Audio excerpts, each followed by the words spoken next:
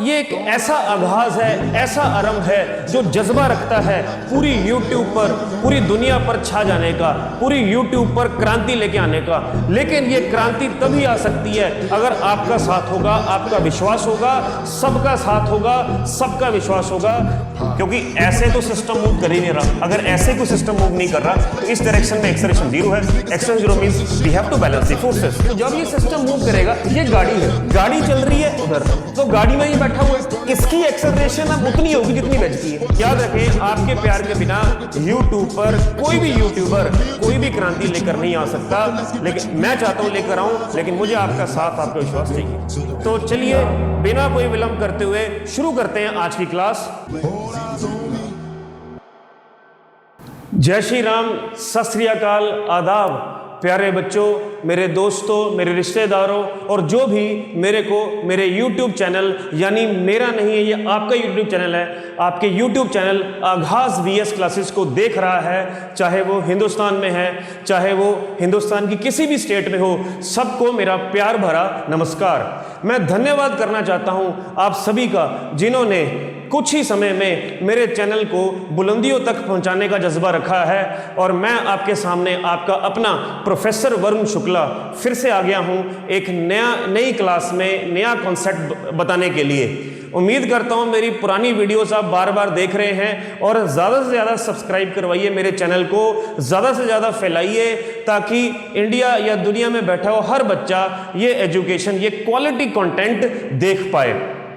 और ये एक ऐसा आगाज है, ऐसा आरंभ है जो जज्बा रखता है पूरी YouTube पर, पूरी दुनिया पर छा जाने का, पूरी YouTube पर क्रांति लेके आने का। लेकिन ये क्रांति तभी आ सकती है अगर आपका साथ होगा, आपका विश्वास होगा, सबका साथ होगा, सबका विश्वास होगा। जैसे हमारे प्रिय मोदी जी कहते हैं, सबका साथ सबका विकास, उसी तरह आपका अपना प्रोफेसर वरुण शुक्ला ये कह रहा है कि आप मेरा साथ दीजिए, मेरे पे विश्वास रखिए। मैं आपको यहाँ पर अपने चैनल यानी आपके चैनल पर एक ऐसा कंटेंट देने वाला हूं जिससे आप 11वीं और 12वीं में, 12वीं के बाद जो भी एग्जाम आप दोगे वो आप क्लियर कर पाओ। तो चलिए बिना कोई विलंब करते हुए शुरू करते हैं आज की क्लास। चलिए, मैंने पिछली क्लास में आपको एक होमवर्क दिया था और कुछ बच्चों ने ये सॉल्व करके मुझे भेजा भी था कमेंट सेक्शन में। तो क्वेश्चन देख लेते हैं क्या है। एक ऐसे इंक्लाइंड प्लेन थी जिसका एंगल है थीटा, राइट, और ये लिफ्ट है, लिफ्ट के अंदर इंक्लाइंड प्लेन है या वेज कह लो आप। ये ऊपर वेज प्लस लिफ्ट, ये ऊपर जा रही है सर्टेन एक्सेलरेशन ए से, ठीक है। और इसके ऊपर एक ब्लॉक रखा हुआ है मास m का, जो कि नीचे आ रहा है मान लीजिए a' से। तो सवाल ये था, ये ब्लॉक कितना समय लगाता है नीचे पहुंचने के लिए, और लिफ्ट तो ऊपर जा रही है कांस्टेंट एक्सेलरेशन से, ठीक है। तो कितना समय लगा इसने यहां से यहां पहुंचने के लिए, क्लियर है। तो मैं पिछली क्लास में आपको सूडो फोर्स का कॉन्सेप्ट सिखा रहा था, तो मैं इस क्वेश्चन को भी सूडो फोर्स से आपको करके बताऊंगा। सूडो फोर्स क्यों, जो नए दर्शक हैं उनको थोड़ा सा मैं बता दूं, सूडो फोर्स क्यों, क्योंकि ये फ्रेम है एक्सेलरेटिंग और मैंने अपना ऑब्जर्वर लिफ्ट के अंदर ही बिठाया हुआ है, तो उसके हिसाब से ये ऑब्जेक्ट नीचे जाएगा कुछ अलग एक्सेलरेशन से, इसलिए इसकी एक्सेलरेशन अलग मानेंगे हम, ठीक है, a'। तो पहले ये एक्सेलरेशन निकालते हैं a'। So let us start by making a free body diagram. तो क्या करना है, सबसे पहले इसका वेट नीचे चेक करेगा, राइट। तो ये तो बेसिक है, ये नॉर्मल रिएक्शन मिलेगी, ये थीटा है तो ये थीटा होगा, this will be mg cos theta and this will be mg sin theta, ठीक है जी। और जैसे कि हम ये सूडो फोर्स से कर रहे हैं, तो सूडो फोर्स आपको याद होगा, जिस तरफ फ्रेम जाता है उससे हमेशा ऑपोजिट लगती है, और उसका फॉर्मूला क्या होता है, जितनी फ्रेम की एक्सेलरेशन होती है multiply by the mass of the object under consideration, ठीक है। तो this is the object under consideration, तो सूडो फोर्स नीचे की तरफ m मल्टीप्लाई बाय a लग जाएगी। सो this is the pseudo force. उम्मीद करता हूं समझ में आ रहा है, ठीक है। ये मैंने सूडो फोर्स लगा दी और ये a' से इधर जा रहा था। अब mg का तो कंपोनेंट मैंने बना लिया, mg sin theta, mg cos theta, तो अब ma के भी कंपोनेंट बन सकते हैं, तो फोर्स है, चाहे वो सूडो फोर्स है, तो इसका इधर कंपोनेंट ये एंगल थीटा है, ये एंगल 90 माइनस थीटा है, तो हम सीधा कह सकते हैं या तो ये बनेगा ma cos 90 माइनस थीटा या ma sin थीटा, बात एक ही है। तो मैं इसको यहां पर आगे करके लिख देता हूं, so this will be ma sin, ये सूडो फोर्स का कंपोनेंट आ गया। तो अब इस लाइन के लॉन्ग आपने देखना है, क्योंकि इस लाइन के लॉन्ग एक्सेलरेशन a डैश हो रही है, तो न्यूटन का सेकंड लॉ मैं इस लाइन के लॉन्ग लगाऊंगा। जब इस लाइन के लॉन्ग मैं न्यूटन का सेकंड लॉ लगाऊंगा, that is F is equal to ma, what is the net force? Net force is this plus this, क्योंकि mg sin थीटा और ma sin थीटा एक ही डायरेक्शन में सिमिलर डायरेक्शन वेक्टर्स ऐड हो जाते हैं, तो नेट फोर्स बन जाएगी ma sin theta plus mg sin theta is equal to m into a dash, क्योंकि ये एक्सेलरेशन मैंने a डैश मानी, ठीक है। तो यहां से m कॉमन आ गया, m कैंसिल हो गया, so this implies, so this becomes, यहां से sin थीटा कॉमन आ गया, तो sin theta into g plus a that is a dash. So ये मैंने, let this be first equation, ये मैंने इस ब्लॉक की नीचे जाती हुई एक्सेलरेशन निकाल ली। वो क्यों निकाली? क्योंकि अब समय निकालना है कि यहां से यहां का टाइम निकालना है, तो टाइम के लिए इसकी यहां से यहां की एक्सेलरेशन चाहिए होगी, जो ऑब्जर्वर मैंने यहां पे बिठाया हुआ है। मैं इस क्वेश्चन को ग्राउंड के विद रिस्पेक्ट नहीं कर रहा, मैं फ्रेम के विद रिस्पेक्ट कर रहा हूं, लिफ्ट के विद रिस्पेक्ट कर रहा हूं, यानी एक्सेलरेटिंग फ्रेम के विद रिस्पेक्ट कर रहा हूं, इसलिए मैं सूडो फोर्स का इस्तेमाल कर रहा हूं, और वो उस सूडो फोर्स के कॉन्सेप्ट से हमारे पास इसकी नीचे जाती हुई एक्सेलरेशन इतनी आ चुकी है, ठीक है। तो अब टाइम निकालने के लिए क्या करूंगा मैं, यहां से यहां s is equal to ut plus half at square लगाऊंगा, और s इसका डाउनवर्ड डिस्टेंस है, जो शायद मैंने l माना हुआ था, ठीक है। तो l आ गया। आपको बताया था कि जब ऑब्जेक्ट कांस्टेंट एक्सेलरेशन से नीचे आ रहा हो तो u0 ले लो, a मतलब a डैश जो मैंने यहां निकाला हुआ है, तो ये आ गया half into g plus a sine theta into t square, ये सॉल्व करके आ गया 2l upon g plus a sine theta under the root. This is the answer of this question. तो प्यारे बच्चों, प्लीज चेक कीजिए क्या आपने इतना आंसर निकाला था, this should be the answer. So मैंने इस सवाल को सूडो फोर्स से किया है, आप बगैर सूडो फोर्स से भी ट्राई कीजिए, यानी आप अपना ऑब्जर्वर ग्राउंड पे बिठा दीजिए और ट्राई करने के बाद जरूर कमेंट सेक्शन में बताइए कि आपका आंसर क्या ये आ रहा है, ये आपका आंसर आना चाहिए। तो सूडो से थोड़ा सा आसान हो जाता है कि हमें पहले से देखते ही क्वेश्चन में ये दिमाग में आना चाहिए कि क्वेश्चन में अगर एक्सेलरेटिंग फ्रेम है और उसके ऊपर एक ऑब्जेक्ट पड़ा है तो ट्राई कीजिए सूडो फोर्स से, कुछ थोड़ा सा जल्दी हो जाएगा, ठीक है। अदरवाइज थोड़ा सा दिमाग पे जोर लगेगा, थोड़ा और स्टिमुलेट करना पड़ेगा, ठीक। तो ये इसका जवाब आ गया। तो अगला सवाल बड़ा शानदार सवाल है, ध्यान से सुनना, बहुत सारे कॉन्सेप्ट्स आपके क्लियर होंगे। तो let us take another question, it is a very good question, ठीक है। एक इनक्लाइंड प्लेन है या वेज है, ठीक है, इसका मास m2 है, इसके ऊपर एक ब्लॉक पड़ा है जिसका मास m1 है, ठीक है। आपने इस वेज को इधर धक्का मारा हुआ है इतनी फोर्स से, ठीक, जिसके कारण ये पूरा सिस्टम इधर को जा रहा है a एक्सेलरेशन से, और क्वेश्चन में ये गिवन है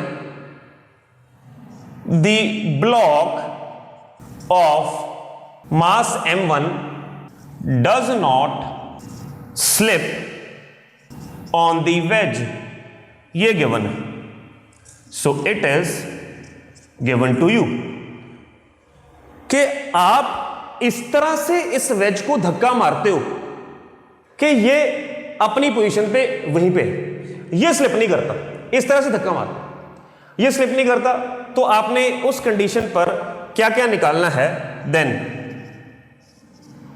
फाइंड नंबर 1 ये एक्सेलरेशन निकालिए,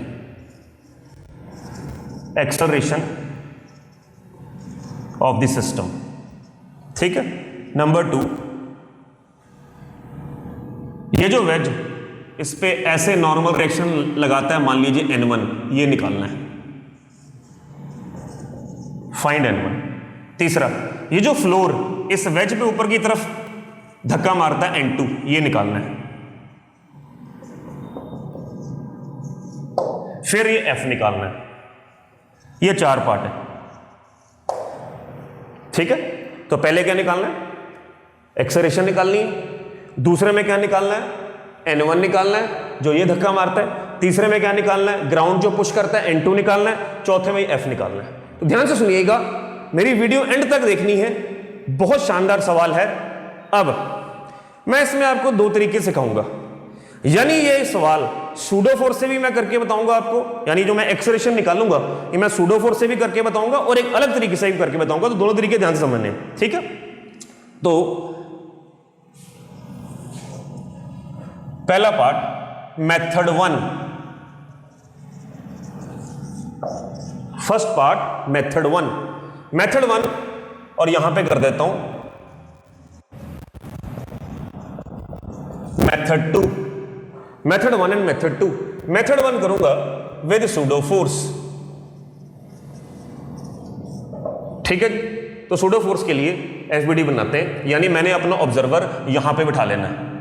मेथड 2 में मैंने यहां पे बिठाना है। तो मैंने अगर ऑब्जर्वर यहां पे बिठा लिया तो ऑब्वियसली ये जो वेज है ये एक्सीलरेटिंग फ्रेम है क्योंकि इधर जा रहा है, ठीक है। इससे सूडो फोर्स लगेगी।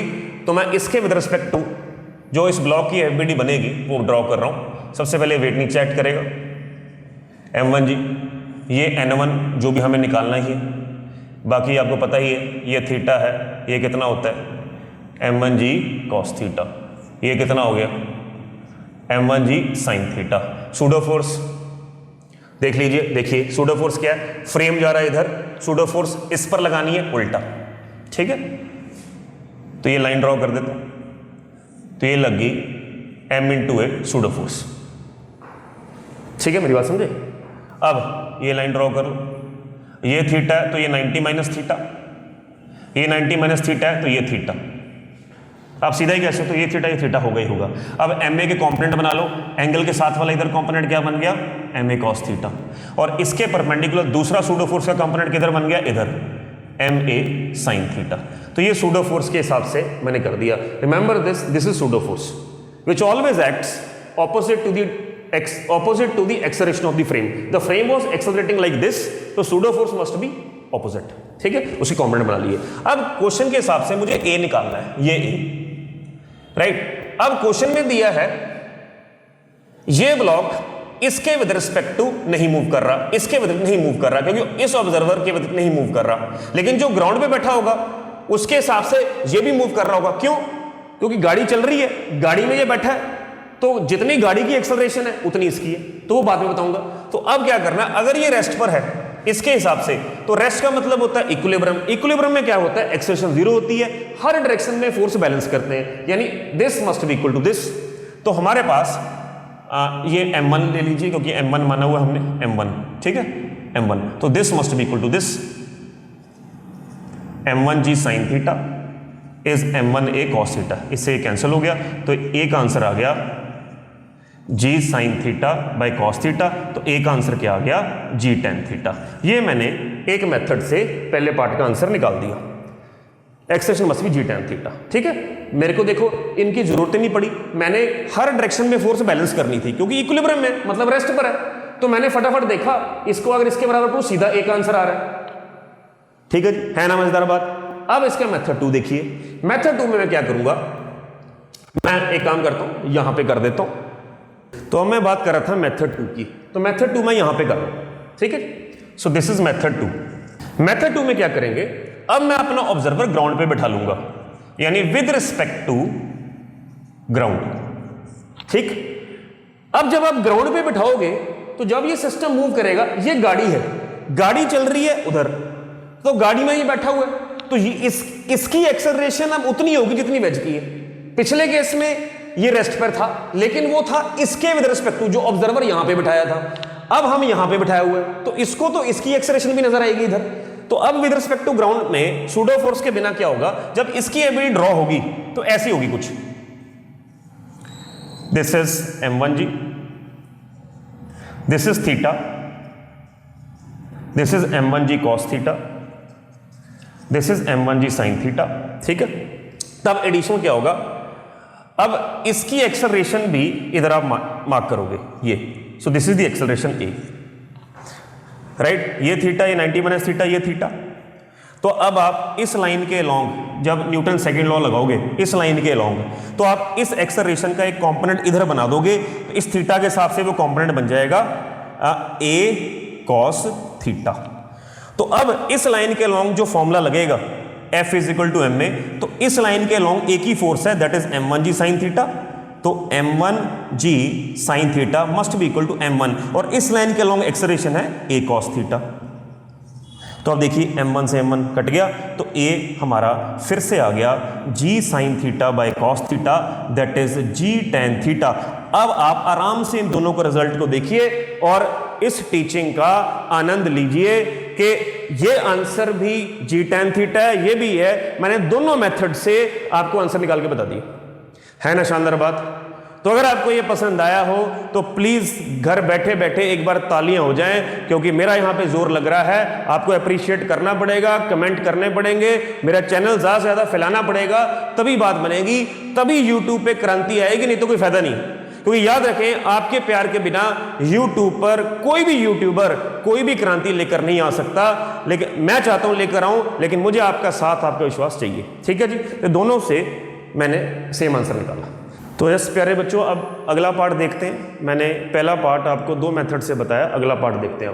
अब अगले पार्ट में था ये n1 निकालनी, तो मैं फिर से यहाँ पर FBD ड्रॉ करता हूँ। m1g, ये आ गया m1g cos थीटा, ये आ गया m1g साइन थीटा, और ये n1 हमें निकालना है। तो मैं पिछली जो FBD थी मेरी, उससे मैंने आपको बताया था, मैं इसको विद रिस्पेक्ट टू ग्राउंड ही करके बता रहा हूँ, विद रिस्पेक्ट टू ग्राउंड। यानी अगर ग्राउंड के विद रिस्पेक्ट टू करना है तो इसकी एक्सेलरेशन इधर होगी ही होगी a। ये थीटा है तो इसका एक कंपोनेंट इधर आया था, पिछले केस में बताया था a cos थीटा, और इसका दूसरा कंपोनेंट इधर आएगा, that will be a sin theta.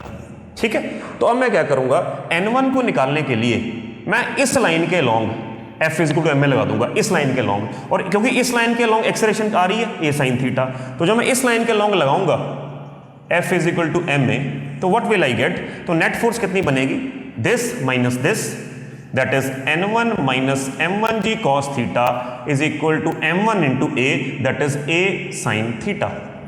Clear है। तो अब n1 हमारे पास क्या आया, it is m1 into a sin theta plus m1g cos theta.